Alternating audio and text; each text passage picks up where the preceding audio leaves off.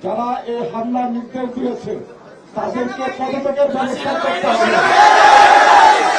ইতিপূর্বে সকল বিশৃঙ্খলার সাথে সিটি কলেজ কতিপয় সন্ত্রাসী শিক্ষার্থীরা দোষী সাব্যস্ত হওয়ায় এবং পরবর্তী সংঘর্ষ এড়াতে সিটি কলেজকে এখান থেকে স্থানান্তর করতে হবে।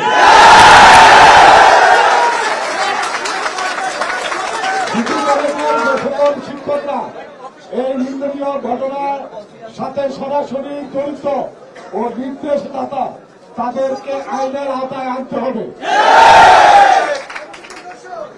এই ঘটনায় সুষ্ঠু তদন্ত স্বরাষ্ট্র উপদেষ্টাকে সরাসরি ক্যাম্পাসে এসে পরিদর্শন করতে হবে।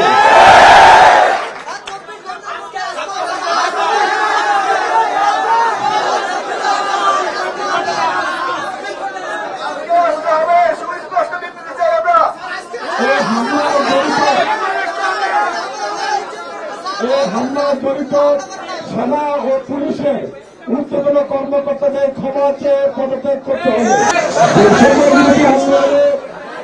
ঢাকা কলেজের 7 শিক্ষার্থী নিহত হয়েছে এমন শত শত শিক্ষার্থী আহত হয়েছে। তাই পরিকল্পিতভাবে ঢাকা কলেজের 184তম প্রতিষ্ঠা বার্ষিকীতে হামলা করে বর্তমান সরকারকে ব্যর্থ করার পরিকল্পনা করা হয়েছে, যাতে সরাসরি সিটি কলেজ ও পুলিশ এই কাজে জড়িত ছিল।